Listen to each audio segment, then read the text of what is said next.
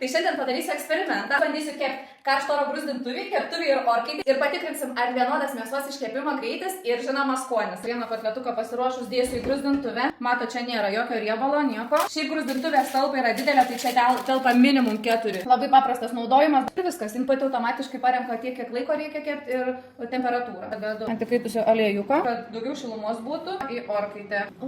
Kepimą uždėjau visur vienu metu. Skrunda kampeliai. Orkaitį dar į iškepimą čia visiškai nepanašu. Keptuvėje greičiausiai apskrudęs, bet su riebalais ir su taškimus. Karšto oro gruzdintuvė ir keptuvė pagal laiką nugali.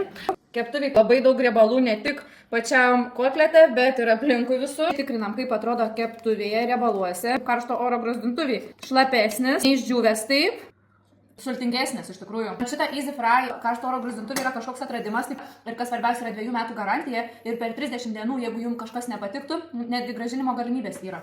Panaudoji mėnesį ir vertini, ar tai yra pagal tavo poreikius, bet aš garantuoju, atsisiuntę nebenorėsit grąžinti. Kol iškepė orkaitėje ir tai dar nėra toks 100% apskrudimas. Aš jau spėjau ir keptuvę užsimerkti, kitus indus išsiplauti, nu ir ką žiūrim. Pagal mėsos iškepimą atrodo, kad visur buvo panašiai. Orkaitė užtruko gal 5-50 minučių, žiauriai ilgai. Keptuvės minusas, kad reikia kepti riebaluose, kas yra nesveika. Karšto oro gruzdintuvė, vieni pliusai, nes ir greita, ir sveika, ir mažai tvarkytis.